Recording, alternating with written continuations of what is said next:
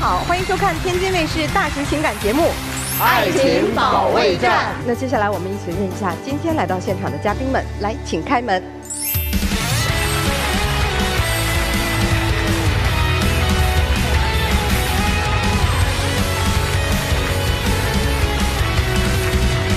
首先要疗愈的是本期第一对情感嘉宾小王，29岁，来自内蒙古；电工小鱼，25岁，来自内蒙古。服装导购，他们究竟遇到了怎样的情感困惑？你们的感情有什么问题？他比我大4岁，当初他说会包容我的小任性，但现在他看我哪都不顺眼，这不是对我腻了吗？他太作了，耗费了我很多精力，还说我不够爱他。我才29岁，被他熬得颓废了。你觉得你俩的感情会长久吗？我不太确定了。对于未来的规划，他总是敷衍我，他还死板无趣，总是跟不上我的节奏。我想长久，但他任性和无理取闹，还总拿感情绑架我，我真的吃不消了。29岁熬不动了是吧？熬鹰呢？我就感觉他比我年轻，玩的精力啥都比我旺。你也年轻啊，咱一点点说说吧，咋就熬不动了呢？因为他每天都特别的能玩，一休班啥的就会出去玩，出去唱歌了、逛街了，一玩就得玩到半夜12点左右吧。哦，还真是熬鹰啊！我就觉得吧，他不是我熬，明明是他啊，是他跟不上我的节奏。哎，对，现在年轻人嘛，就是夜生活才刚刚开始嘛，对吧？哦，你一般都熬到几点？12点多吧，有时候2点多。他呢？他每天10点多就睡了，那你说说是不是跟不上我节奏都？这节奏第二天几点上班呢？我第二天是7点半。那你几点起床呢？6点。所以这确实是有点熬人哈，这是熬不动了，生活节奏跟不上。还有啥？你说他作是吧？咋作了？有一次他给我打电话，那阵我刚下班，他就跟我说他要分手。那阵我俩感情挺好的，我就感觉很莫名其妙。我就问他为什么要分手啊？他说这种事情得当面说清楚才行。然后我就开车过去了，因为我在北京上班，他在燕郊那边。哦，我开车过去的话需要2个小时。然后到他这边以后呢，他给我发了个位置，是在饭店。我寻思他是想跟我边吃边说，把事情说清楚。然后我到了饭店以后，发现不是这样的，因为他有好多朋友在一块吃饭。然后我一去了，他朋友都笑了。然后我寻思这是什么情况？问他这咋回事啊？他说他跟他朋友玩那个真心话大冒险，看看我在不在乎他。这不都把我当成小丑了吗？特别能作，我就感觉。我怎么作了？那明明就是你的问题。我就是想看你在不在乎我嘛。咱俩都处了3年多了，对吧？第二，我就是为了报复他呀。咋还报复了？对呀，他之前跟我朋友一起吃饭，他就当着我面夸别人的女朋友，说年龄大的、懂事儿、听话、温柔，意思那就变相的说我不听话、不懂事、不温柔呗。我不是那个阴阳他的意思，我就顺着人说2句，夸了人2句嘛，我没特别的意思。然后他特别生气，他上来就拍桌子，然后就把人盘子还摔了。哟，你这么火爆？你想想，换做在座的各位，你也是女性，对不对？你是不是也生气？问他们这个和你们差不多年轻人嘛？你们他这个问题你们怎么回答？我会哦，有一个站你的，肯定会呀，因为我们都是同龄人，再加上都是女性，对不对？女生最能了解女生了，那肯定会呀。但是不会摔盘子吧？哎，成熟的表现是心里多少有点不舒服，但不会摔盘子。那你看脾气来了，他就控制不住嘛。啊，对，他说说你作吗？这算不算作吧？不算。哦，这也不算作。哎，你那个脾气来了控制不住，是你真的控制不住，还是说你不想控制？就是控制不住呀！我说脾气来，说来就来呀。哎，你们双方父母知道你们吗？都谈了3年了，知道这个关系吗？知道我们的关系，都认识是吧？对，都认识。啊，你爸妈喜欢这姑娘吗？也感觉她有点幼稚吧，因为我们也认识挺长时间了嘛，每逢过年过节的都会去那个双方家里，然后每次我去他家的时候，我知道他爸妈喜欢什么东西，他喜欢什么东西，然后每次都特意的精挑细选的带一些东西去他家。他来我家的时候，我还跟他说我爸妈喜欢什么东西，让他带点东西，然后过来。然后他来之后什么都没带，说要跟我爸妈朗诵一首诗歌，表示一下特别的心意。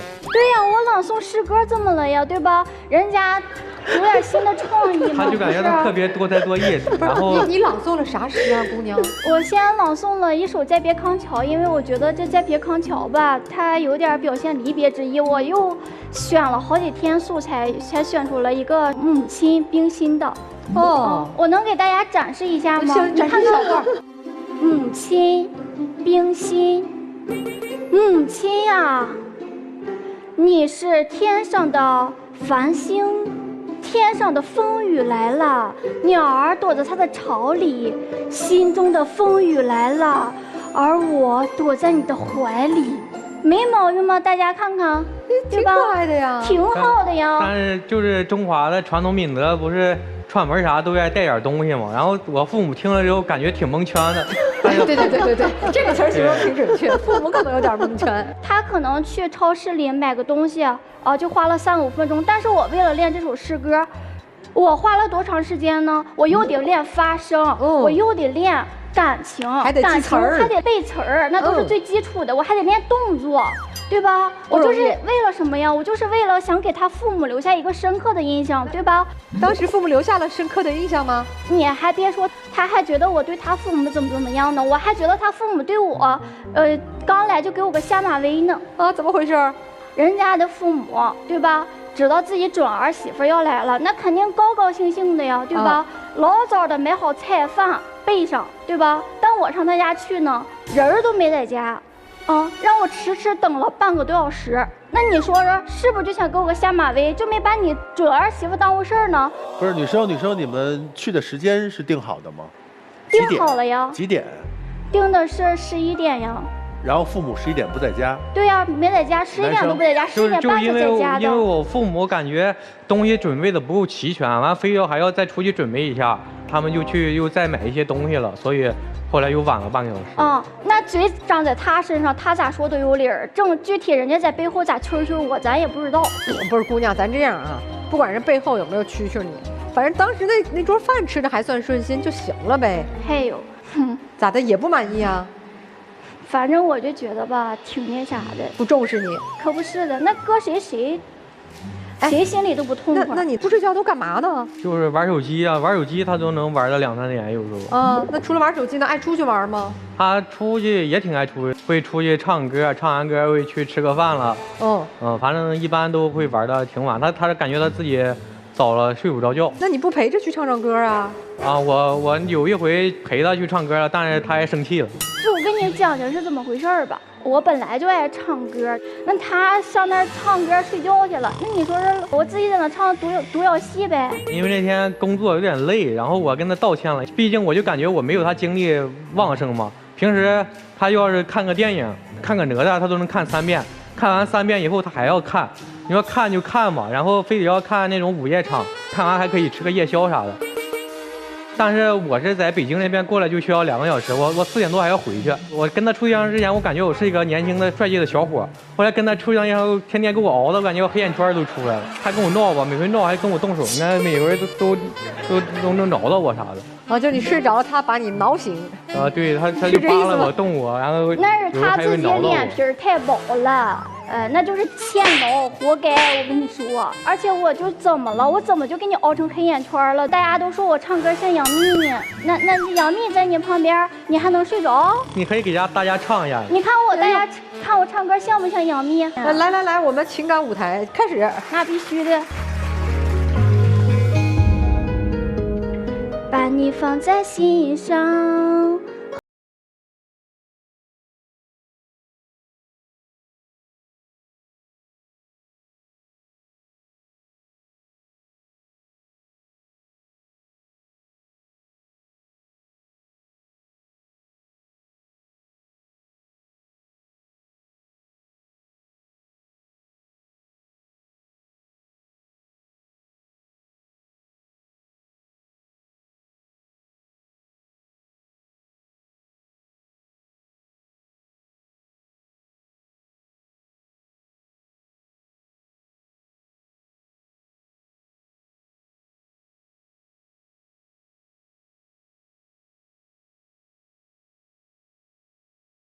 好，鼓掌！姑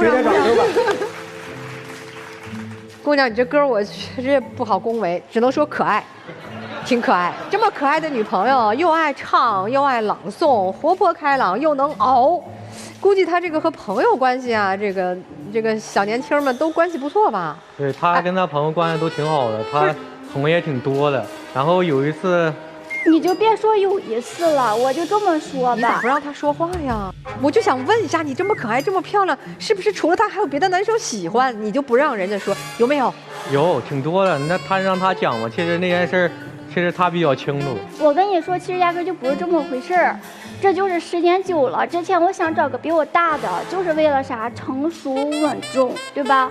然后现在倒可好，那就是在一起时间长了，对我腻了，现在就变成了怎么样了啊？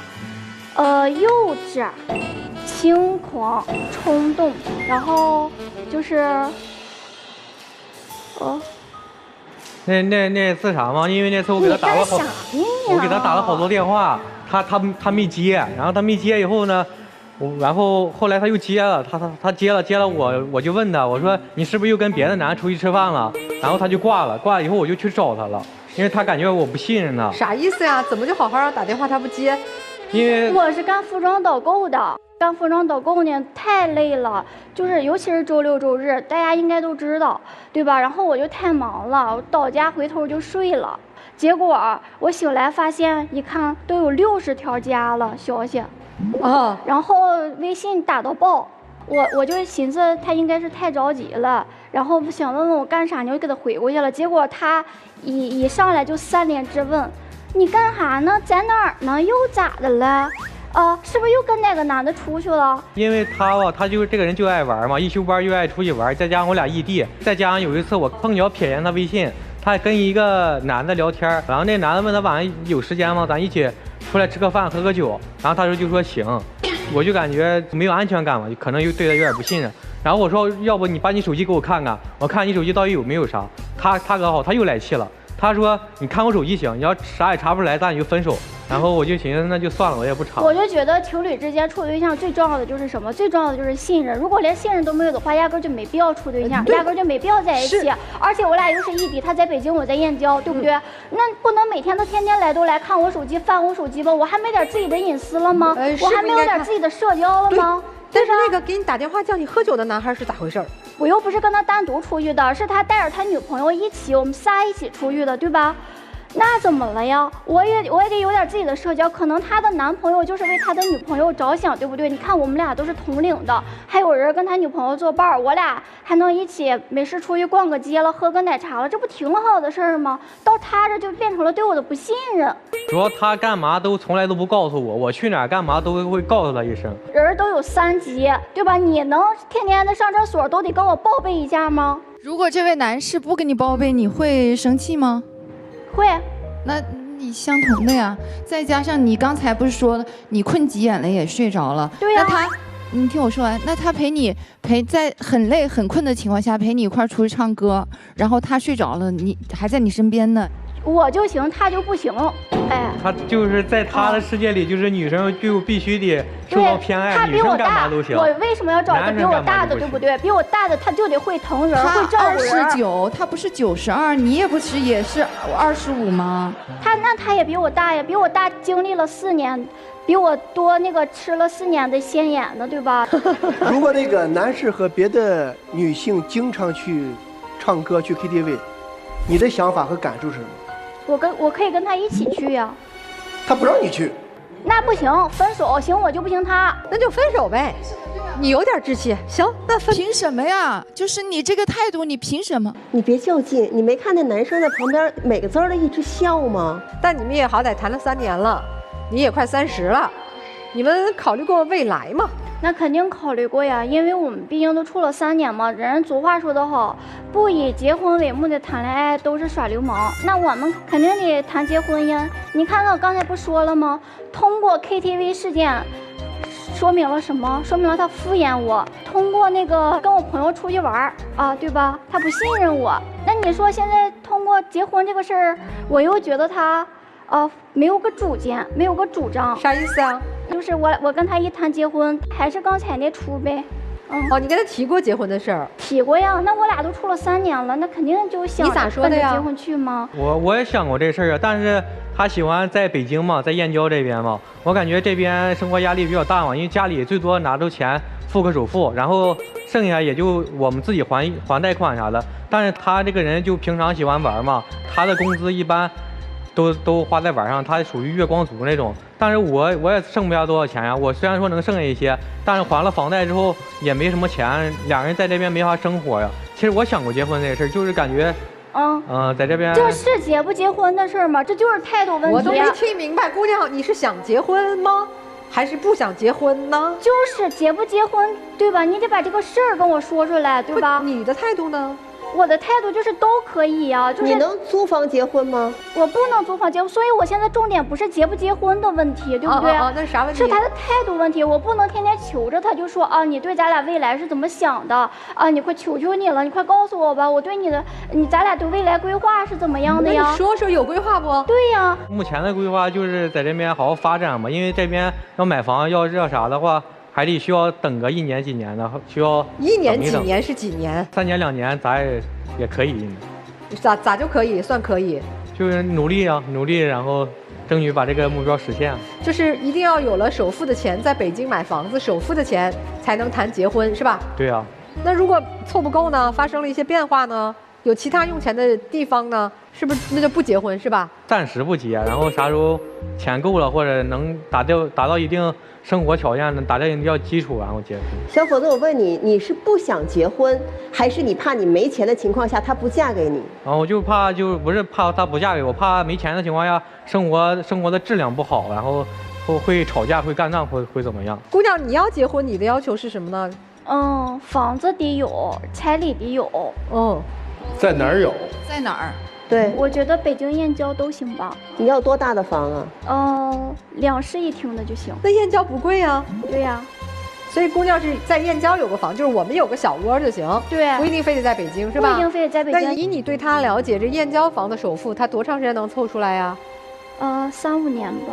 房子就是态度是吗？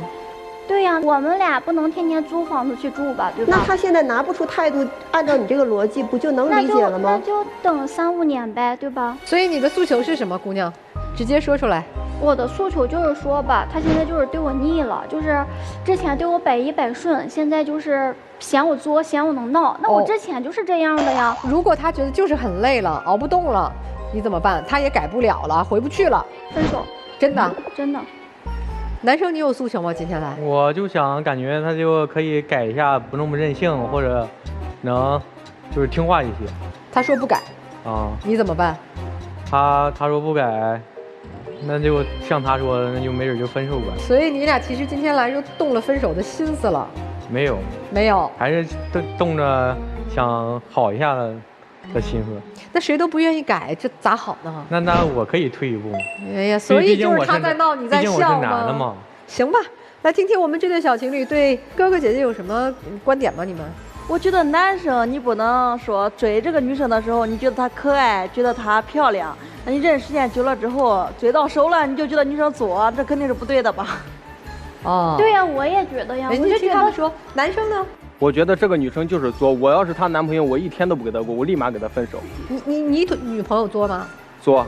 那你惯着吗？一点点。行，听听老师们的建议。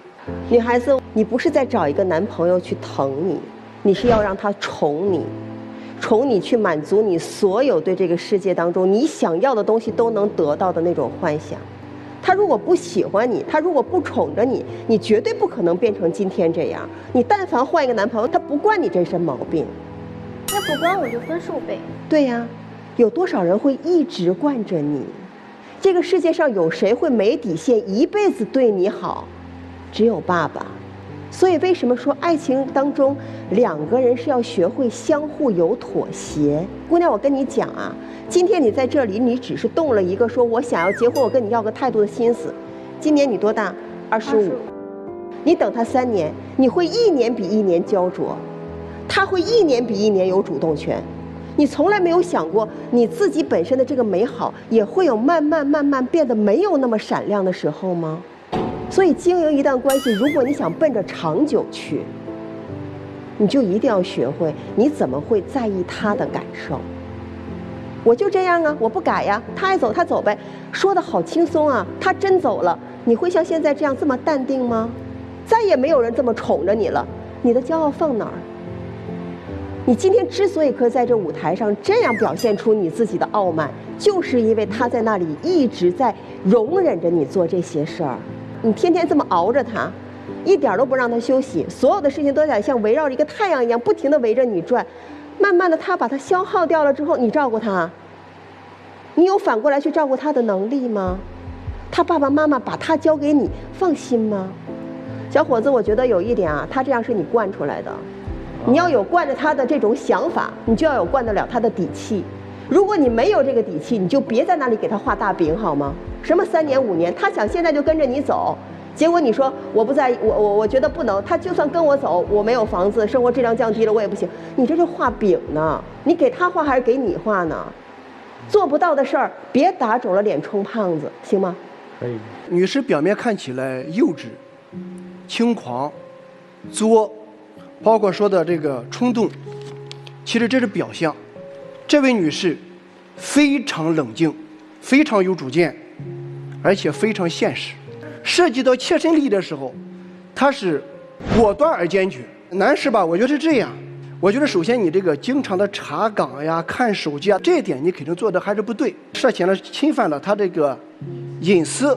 但是这个隐私呢，和我们通常隐私不一样，为什么呢？情侣之间的隐私它是有一定的宽容度的。但是即使这样，你这样频繁的查，他会不舒服，会影响你们俩之间的信任，从而会影响你们俩之间的感情。女士一直说她要找一个年龄比较大的，想得到宠爱，找哥哥甚至找大叔。其实女士你忽略了一点，大哥哥可以宠你，可以爱你，可以对你这种宽容，但是一定要有度。你这种状态的调整，你现在还处于恋爱期，婚姻中那个和恋爱完全不一样，那真的要讲究平等，讲究包容，讲究尊重。你们如果说谁都改变不了谁，我建议你们啊，之间找一个双方都舒适的交集区，这样或许你们将来还会走得更远、更长、更久。对，其实老师说的也没毛病，因为什么嘛？你看我们来参加这个节目，就是为了解决矛盾。如果要是直接分手的话，肯定就直接分手，可能就不会来这儿了。可能就是想往以后更长远的发展嘛，看看两个人都怎么。这正是我要说你的。对，千万不要动不动就说分手，不管是真还是假，你这个事说多了之后，确实会影响你们俩之间的感受。我建议你们彼此珍惜之间的感情和经历。谢谢任律。电视机前观众朋友，如果想更多的了解任占敏律师，有个非常简单的方法就可以找到他。我们在微信公众号里搜索“北京冠领律师事务所”，就可以找到任律。你有法律问题或者困惑的话，都可以向他咨询。女生，我告诉你个真相啊，他不会娶你的。你别笑，这是真相。他不跟你分手是真的，因为他也贪恋你的美貌、你的可爱、你的古灵精怪，你在他一成不变生活当中掀起的那抹亮色，但他不会娶一抹亮色回家的。如果说你要求在北京买一个房子才能结婚，那我觉得他可能说的是真话，那我得凑，我这买不起，娶不上。如果你说在燕郊，我觉得以你们两个都在工作，双方父母如果帮衬一下，首付是可以凑得到。他根本就没想过要凑，他知道自己在20啷当岁的年龄遇到这样一个古灵精怪可爱的女孩，我可以在这个年龄段因为年轻和她闹一场作一场，我竭尽所能的爱一场。但是所有的爱都有结果吗？他心里门儿清，他要的生活不是熬鹰，是我们夫妻2人10点多睡觉，好好工作攒钱买房养娃孝顺父母。他心里知道你不是，其实很渴望有一个家，安稳的家，一个安稳的男人像他一样。那拜托你也做出一份安稳的样子啊！想要什么你沉静下来去做。我想要一个好老公，爱我的稳定的，那咱们也做一个稳定的爱老公的女孩子，你才能收获一段稳定的爱情和婚姻啊。男生，你虽然喜欢他，但是我觉得你要再实诚一点，你别把小姑娘闪了，你要告诉她你要的老婆是什么样。对呀，我之前也问他了呀，我说我不告诉你他要的什么老婆了，你没听懂吗？听懂没有？我说的是不是你要的老婆？对，是。他是不是这样的老婆？目前不是。听懂了没？我听懂了呀，但之前我问他了呀，不说了，别问之前。今天我告诉你了，方案就是你想做他老婆就变成那个样子，你说我变不成那个样子就不做他老婆，你俩享受完一段爱情，拜拜就好。我觉得我的感受跟严老师的感受是一致的，这男生不会想娶你。如果我是一个男生，我也不会想娶你。我相信这位女士她在生活中应该追你的人应该挺多的。我相信可能有10个人追你，可能有9个半是不想娶你的，因为没有人会想娶这样的老婆。而且我觉得从你的一言一行给我的感受，你的原生家庭应该没有就是很富足，或者给你很多爱，否则你不是现在的这样的一个状态。而你因为自己稍微有那么一点点颜值，所以你意识到了自己的不平凡，这中间就是在缺失和这种骄傲中间你很拧巴，所以你就想成为别人眼里的一个公主。还有就是你要这个要那个，但是你有没有想过，谁会想娶一个像你这样月光族的女士，天天就想玩到2点钟，天天不归家，这个也是理所当然，那个也是理所当然。你想找一个比你大的，然后你找到了这样的一个人，你还想要去欺负他，这是一个结婚的状态吗？没有人会想娶这样的一个女人回家。我就觉得现在大家都是独生女，我家就我自己一个人，我爸妈对我平时也宠着，我要是出去找对象，上婆家或哪儿，肯定也都得宠着我嘛，对吧？你爸妈可以宠你，凭什么别人要宠你啊？别人要宠你啊！那要是自己以后老公都不宠着，那你宠他吗？人家也是独生子女呀，人家在家里是爸妈宠的呀。你这听不懂，你就活该哭。爱是相互给予的，不是像你刚才那个态度，没有人会永远这样的，没有人是活该的。你也就占着你现在这几年青春正好，能有那么一点点颜值，就这样了。你自己想得明白这件事儿，你就想明白；想不明白就拉倒。姑娘，先问你个问题：为什么严老师和白老师说他不可能娶你的时候你会笑？现在又笑了。对，为什么？我很好奇。因为我觉得他应该会娶我。对。你为什么在就会娶你前面要加应该？因为毕竟，他心里想的什么是他心里想的，我只是说我自己的预测，我不能那么肯定。所以，因为我不是他。是的。所以你一直没有把握，所以你在用你的作精附体、自我为中心、沟通摆烂来测试这份真爱，他是不是真的想娶你？很怀疑。男生现在能不能坦诚地说，会娶这个女孩吗？应该会，应该会，又一个应该，他也没有把握。其实我看到你全场的这种表现，我其实挺心疼你的。我如果是你男朋友，我绝不会让你刚才去朗诵这首诗，我绝不会让你当众去唱那首歌。在你们这段情感当中，我分明是看到男生的2个字：敷衍。敷衍有些时候比背叛出轨更伤人心。你别看他从北京到燕郊花了2个多小时的那个时间，因为那时间对他来说是不值钱的。对，但他偏偏没有做到，在你11点要到他们家的时候，他没有让自己的父母说：“哎，一会儿11点我的女朋友要来，不能去，一定得等。”为什么我特地问这个细节？是什么时间来？有没有说好了？说好。为什么？你懂吗，女生？你要找的不是一个比你岁数大的人，你要找的是一个可以欣赏你的美的人。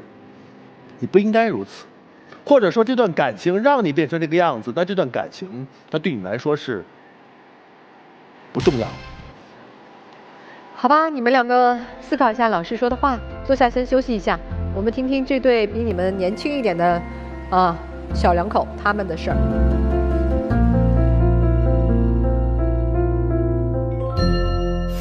本期第2对情感嘉宾崔先生，27岁，来自河南；推广营销专员张女士，24岁，来自河南，自由职业。那么他们又遇到了怎样的情感困惑？你们的感情遇到什么问题？我们结婚半年了，没有一点新婚夫妻的甜蜜，天天搞得像仇人一样。我犯过一些错，但也受不了他这样天天的翻旧账。我们这个婚结得特别糊弄，彩礼、婚礼、婚房，他没有一样按照他承诺的兑现给我。你对对方有什么不满？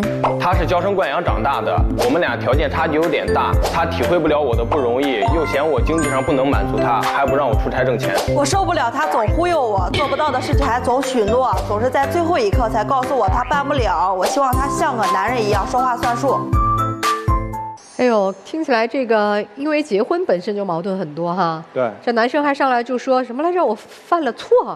这个得从我们结婚之前开始说，因为我们结婚当时沟通的话是，就是彩礼嘛，彩礼的话是18万，我们家就给了10万块钱彩礼。那个状况呢是，我爸之前生病了嘛，然后心脏动手术花了大概20多万，我们没有多余的钱去给他那么多彩礼。后来的话，他就一直在说，这个当时彩礼没给够，但是我也跟他承诺了，说是我后期的话，无论用什么方式，我把这个彩礼，无论挣钱或者别的方式，我把彩礼给你补。但是一直的话，那你现在这样说，是你说的真是这样的问题吗？我在乎的是那几万块钱吗？啊，所以他做的错事不是这件事儿。对，不是因为这件事。那哪件事做错了？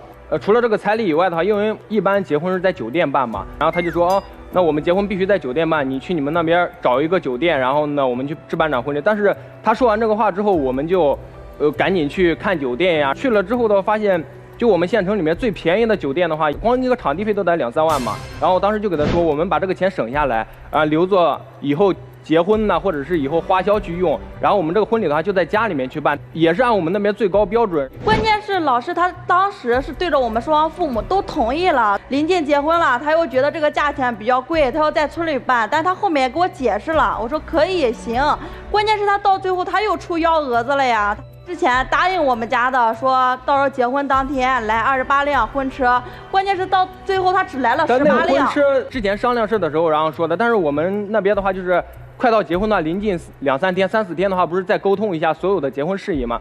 他说那边因为来不了那么多人，然后我们就觉得28辆婚车，因为我们那边的话一辆婚车大概700、800块钱嘛，就是28辆婚车的话多花了差不多快1万块钱，然后就觉得特别浪费嘛，然后说的话把这个28辆变成18辆，省下来这18000块钱的话，然后我们自己去用的话，也比放在那个婚车上要合适嘛。就因为这个事情，然后我们结婚当天一天耷拉个脸，也不笑也不吭气儿。我也同意了，说那你就在村里面办，但是他答应好的，说家里面办的也很好嘛，就在酒店布置的差不多。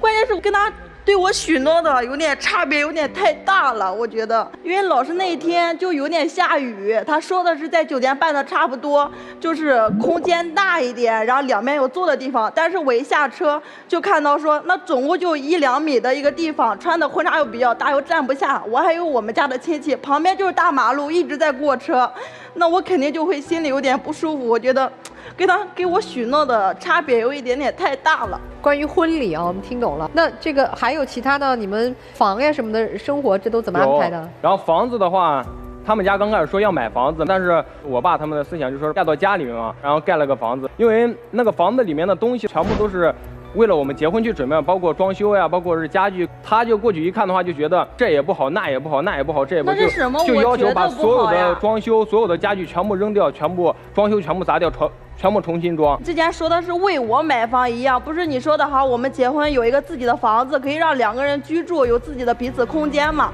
后面就觉得经济不太好，那就不买房，就在家里面住。以后有条件了，我们2个可以自己奋斗，自己买房。他说的是刚装修，但是那个房子已经装修了4、5年了，中间还一直在住。我就想换一套新的家具，但因为那个家具一换的话也得好几万，我觉得就没有必要嘛，然后把那个我的天呀，那你还带我去看你家看什么呀？但那个房子的话，那个家具也不是说一直在用，就是刚开始就是没用多长时间。家具是用了4、5年了吗？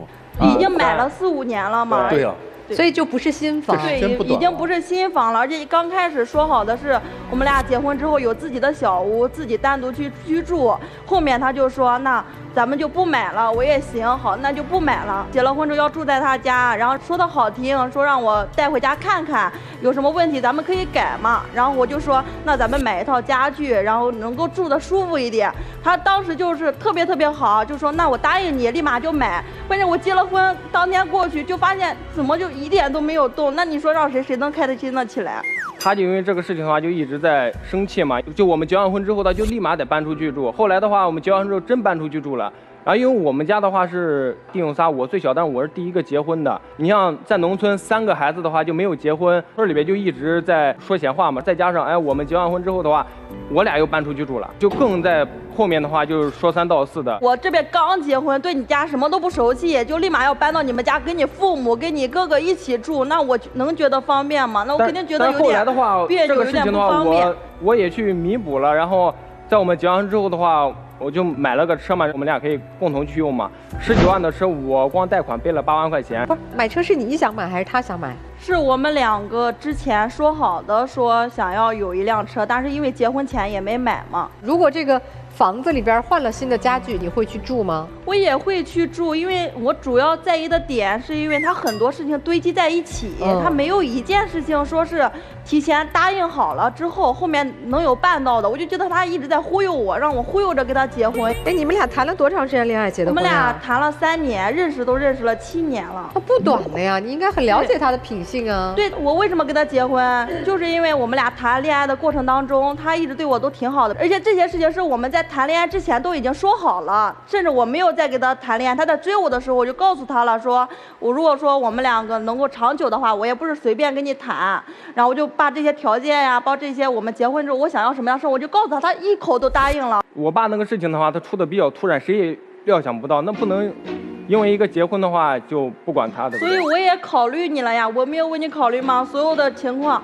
那你给我说我也有答应了，但你不能一直这样呀。那你后面跟你生气，你不还是又有说有欺骗我的情况出现，我才会跟你生气吗？你看老师，我们后来从家里不是搬到郑州那边了，然后想着赶紧找一个工作，然后去挣钱嘛，去挣钱，然后实现我之前对他的一个承诺。我就在郑州找了一个可以收入更高一点，但是他唯一的缺点就偶尔得出差，然后我一出差他就生气，我一出差他就生气，一出差他就生气。对呀，谁家新婚结了婚之后，这边还没有怎么样呢，你就直接就出差1、2个月都联系不上，一出差1个月不回来。出啥差要1个月不回来呀？我们就是做那个教育推广，想挣得更多，你肯定是就一直在工作嘛。而且中间的话，要是自己回来的话，什么差旅啊什么都不报销嘛。有一次到家里面燃气就没有热水了嘛，没有热水的话跟我说啊，这燃气为什么没有热水？你就得回来给我看看燃气为什么。那明明我就给他打电话说没有热水了，我给你个交费软件，你可以在那个小程序。那你不会好好给我说吗？我一给你打电话你就不耐烦，你就烦，你就嫌我给你打电话烦你了。然后我跟他说的话，你就在小程序交一下，看看是不是没有钱了，或者是我打电话让房东过去看一下是不是哪个燃气表啥坏了，让他给你重新弄一下。他就不行，必须你得回来，你得回来。然后还有一次的话，那家里门锁坏了，一直给我打电话，又是一样啊，你回来。然后那1个月。我从青岛来回来4趟，那我自己嘛，我飞机高铁又不舍得坐，然后就坐火车硬坐回来，1趟15个小时。然后他就一点也不关心你累不累，吃的好不好，休没休息好，你就得回来在我面前。女士现在做什么工作？之前是在开美容院，后面结了婚之后那个就不做了嘛，然后不做了之后，我现在就在转型，然后去学化妆，有时候自己接一些单。才结婚。也就半年多的时间，对，就已经好像每件事情都达不成一致。对，确实是。然后那工作还丢了，为什么？因为你1个月回来4趟，你这一趟回来个2、3天，那基本上的话有大半个月那都不在那嘛，不在那之后，之前人家公司跟你对接的客户呀，你全部都得推掉，人家还得重新派个人过去嘛。然后呢？那人家老板呢肯定也不愿意，后来工作就没了。没了之后到现在，我在郑州找了一个能陪他的，但是收入少了，收入少了。因为我一直在郑州嘛，然后难免呢会出去跟朋友喝酒呀，聊聊天。那有一次的话，我们正喝酒呢，一下把我酒杯就给我摔了，在朋友面前都很丢脸嘛。然后把他拉到一边之后的话，我说你要再这样的话，那下次以后喝酒的话，那肯定不能带你了嘛，对不对？然后我就给他说完之后的话，就生气了。回家就生气，一下冷战了10来天。自从这个冷战之后，他还这么喝酒吗？对，还带你吗？不带了。就是我们冷战这10来天，就有一次我就觉得实在是无聊没意思了，然后就一直也不说话，就心里很闷。然后我就出去跟我朋友喝酒，然后那次那冷战着我也没叫他们，没叫他之后的话，那回来就给我一耳刮子。因为那天他出去喝酒，然后从早上出去了，到12点才回来，中间跟他打电话一直都联系不上人。那我不担心他嘛，我就放那也没看见嘛，我看见我就给他回来。咱俩结婚了，你得知道家里有个人在等着你吧。我出去的时候我给他报备过，我说我出去了。对，他就出门的时候跟我说一声我出去了，然后就一直联系不上，压到12点，那我就特别着急嘛，然后我就打了他一下，但我第2天就跟他道歉了。我觉得这个事情肯定是我不对。还有的话就是到后面你看。因为我们家钱不是都在他手里嘛，就觉得就我们稍微存点钱，就该省的地方省一点，然后呢把这个钱省下来，我们以后去用嘛，对不对？然后他爸妈做生意的嘛，从小就是那种花钱大手大脚的，也花惯了。他想吃啥就立马去吃，想喝啥就立马去喝，也不管这个钱是就花到什么程度，或者是省一点也不管，啥都不管。然后有一次的话，我们就逛街，抬头就看见一家火锅店。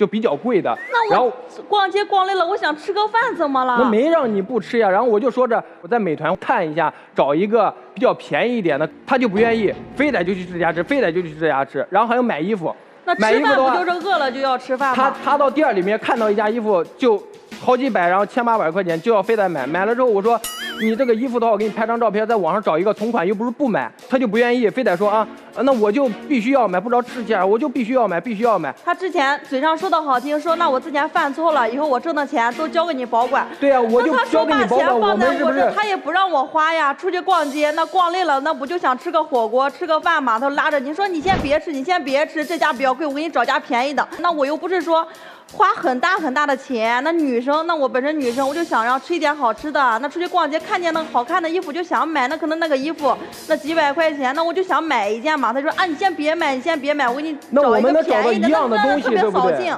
你俩就这样每天在一起，这新婚还有啥乐趣啊？要不就翻旧账，要不就眼前的事儿过不去。对，本来这一次来的话，就是想让老师帮我们去处理一下，然后说一下，因为。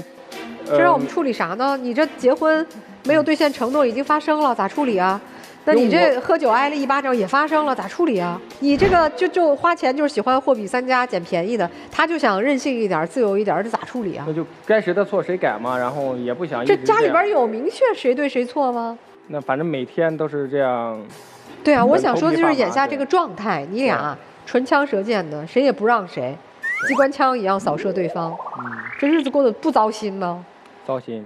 行吧，来问问小情侣，这还敢结婚吗？反正我挺能共情女生的，我就觉得吧，我俩年纪差不多，想法也差不多。那你说你答应的事儿了，那人家男方不是遇到很多事了吗？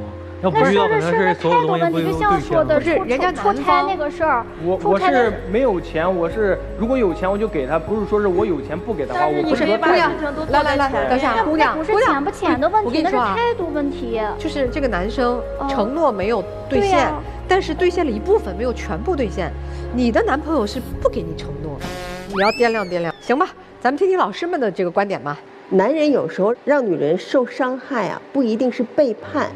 而是在他有所期待的时候让他失望，他的失望不是一次，是连续的。我承认你遇到了很多现实生活当中的困境，但是你不能说你大的失望也给他，小的计较也给他，没有任何让他觉得你是在尝试去修补。让一个女孩子，她是从一个家庭条件比较优渥的环境当中走出来的，让他能够心甘情愿的在结婚之后降低自己的生活标准，我觉得只有一个原因，就是他认为你值得。这有一个大前提啊，就是你知道你娶了一个很善良的女孩子吗？知道。恋爱脑，但凡换个女孩子，你一再的临阵变卦这个事情，他如果不是因为喜欢你，他都不会接受这个事儿。你还要去指责他，你就不能笑一笑吗？你就不能配合一下吗？我觉得我把这个问题抛在这儿给你，你自己觉得你舒服吗？你做了一次让他失望的事，你要做20件让他觉得幸福的小事，来让他觉得才能够被填平那个失望。你先算一算你做了多少失望的事儿，你再算一算你到底要做多少件积极的事儿。你不要在这里说我1个月飞回来4次，我拿出了我的人生这么大的代价去陪伴你，去对你好，你那是在做修补。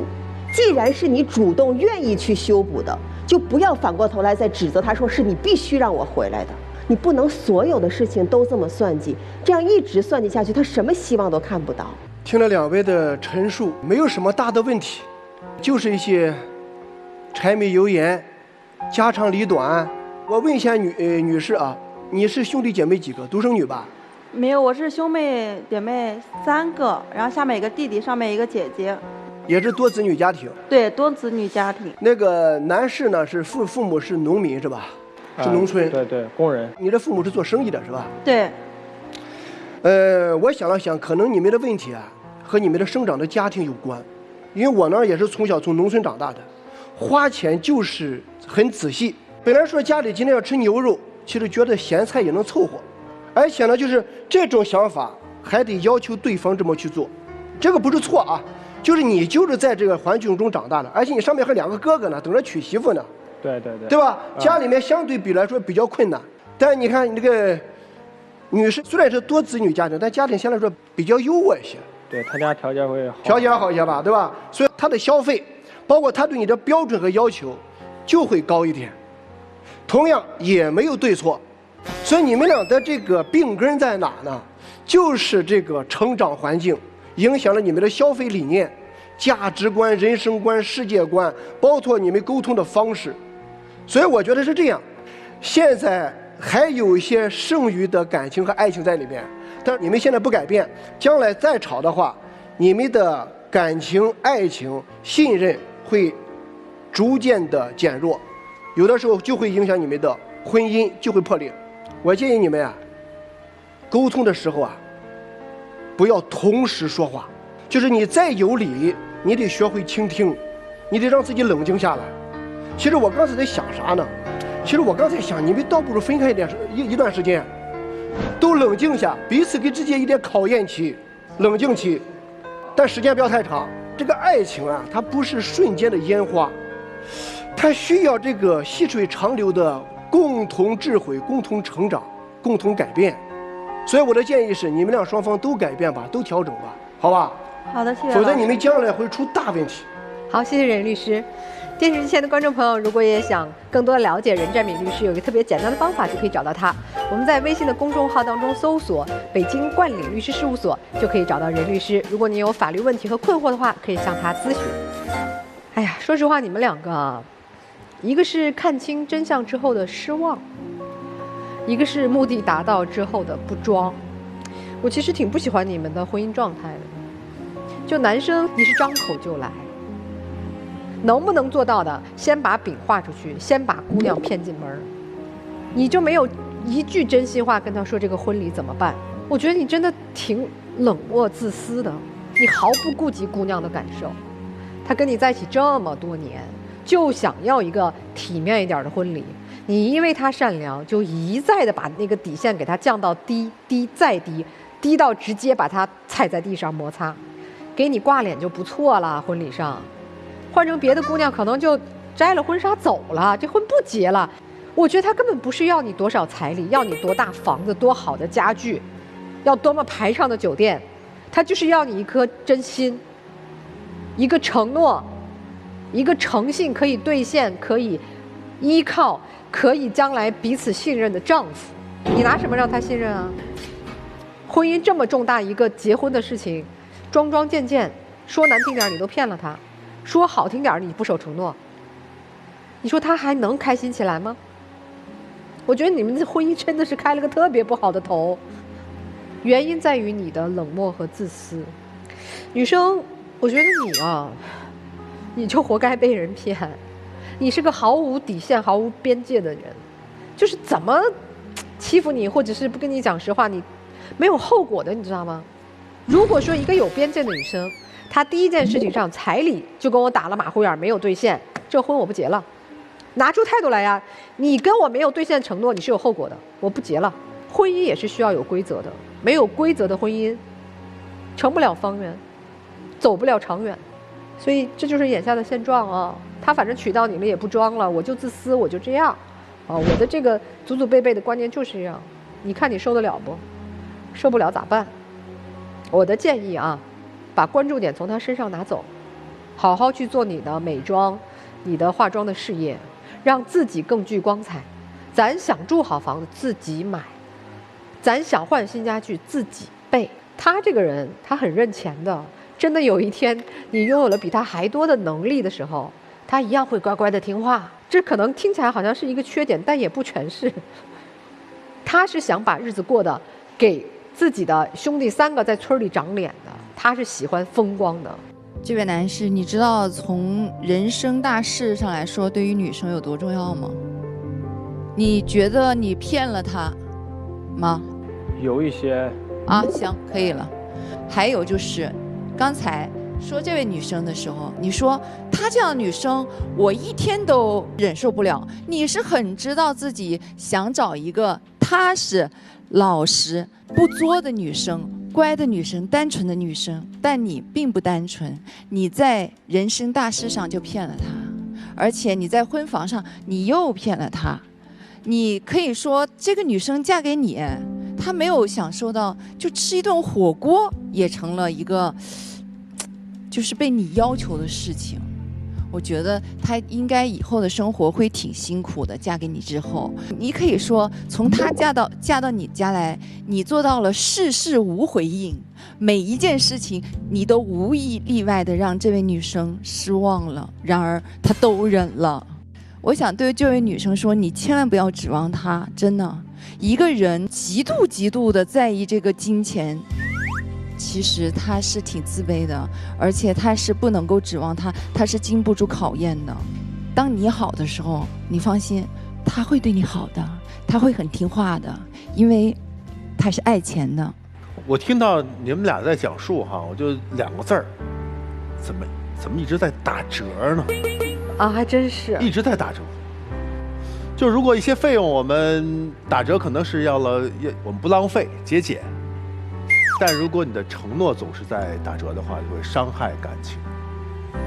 女生过于轻信了，一个婚房，然后里面的家具不是突然一天变出来的。你要想要新家具，你就去看，去了解你准备了没有。婚礼现场不是到了之后傻眼，而是你要参与其中，你要去策划，因为那是你的事情。在你们的生活当中充满着计算，好像是面上看我们要会过日子，但实际上在计算着我的付出到底值还是不值。我觉得你的生活都在走下坡路，你能看到希望吗？我们穷没有错，但我们穷装阔就有错了。你明明给不了这个女生她想要的那个样子的生活，那我们干嘛要采取不光彩的方式去得到它呢？你承诺了，但你的承诺都是空心的。你觉得这么一个条件比你好的女生能够随你的愿，能够接受你的一次又一次的欺骗，原因何在？是她因为还对你有希望，但一旦希望成为了泡影的话，她还给你这个机会吗？如果这是一份合同的话，那任律师一定这边会说他是一个欺诈犯。他肯定是违约了。违约之后的后果是什么？要承担违约责任嘛。责任是什么？责任的形式很多呀，赔偿损失呀，赔礼道歉呀，停止损害呀。所以啊，现在女生手里拿着这些筹码，一旦她有一天意识到说这个合同你没有履约，一而再再而三的违约，她就会走了，她会撕毁这份合同了。听懂没有？你的时间不多了。好好思考一下吧，好吧，毕竟是新婚夫妻，还需要磨合。好，我们请4位都回到我们的转门后，看看你们最终的选择是怎样的。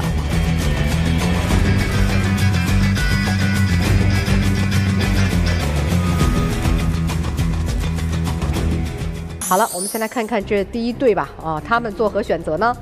来，3、2、1，请开门。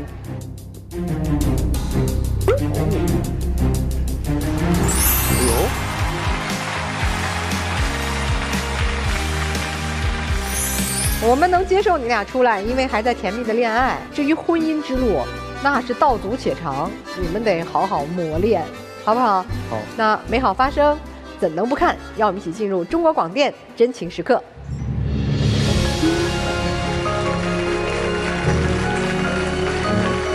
这女孩还是有魅力的啊！哎呦，哎呀，好了，哎呀，回家再亲再抱吧。哎呦，这看到了，你们真的是有爱，但是爱情和婚姻真的是2件事。爱情是婚姻的基础，但是婚姻还需要很多。加油成长吧，好吗，2位？好的。啊，哎，老师们有什么叮嘱的吗？就是你还这样玩吗？我也可以改。哎，那就好，继续努力吧。谢谢各位老师。再见。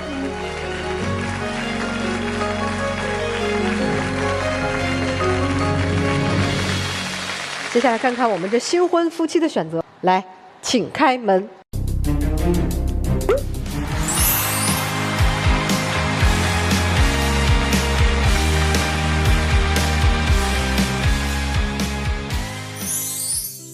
出来也没个笑脸儿。我想着以后的话，在能多陪他的时候的话，然后多挣些钱，全部交给他，然后来弥补我之前犯下的一些错。你反正承认错误的态度总是一直在。女生呢，出来想明白个啥？因为我们也是刚结婚嘛，还是想把日子好好的过一下。这假想话都说出来了啊！男生其实女生要求你不是多给他花钱，有些满足他心意的事情不需要钱的。就是要多换位思考，去感同身受的体会他的对你的需要，好吧？因为这个女生其实很质朴，她如果真的很爱钱的话，她不会找你的。她怎么会找你呢？对。在你第一次打折的时候，人转身就走了。其实挺好的女生，也挺想把日子过好的男生，只是在新婚的初期还没有找到更彼此相爱、不那么自我自私的更好的方法哈，也是需要加油努力，好吧？女生永远不要放弃自己的事业，这是我想跟你说。是的，好，美好发生怎能不看？让我们一起进入中国广电真情时刻，来一起见证你们的幸福吧。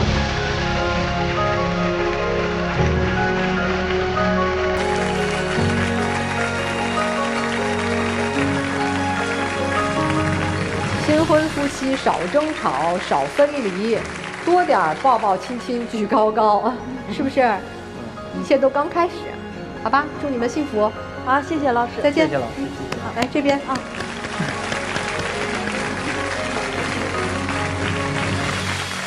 电视机前的观众朋友，如果也有情感困惑，想要来到我们节目的舞台上啊，有一个方法可以报名，就是直接在我们的爱情保卫战抖音的官方账号私信我们。要记住啊，我们是不收取任何报名费用的，小心上当受骗。接下来，让我们一起进入婚恋新说法。有一位女士网友提问：我现在正准备和丈夫离婚，那么我能查他的银行流水吗？在未经丈夫同意的情况下，这位女士不能直接查询丈夫的银行流水，因为根据民法典和商业银行法的相关规定，银行有义务保护客户的个人隐私，除非符合法定条件和程序，否则银行不得向第三方，包括配偶在内进行泄露。但是，如果进入到了离婚诉讼程序，这位女士就可以向法院申请调查取证。法院经过审理后认为符合条件的，就会出具调查令，或者直接向银行调取您丈夫的银行流水。也感谢观众朋友的收看，还有我们老师的分享。我们下期爱思保卫战再见。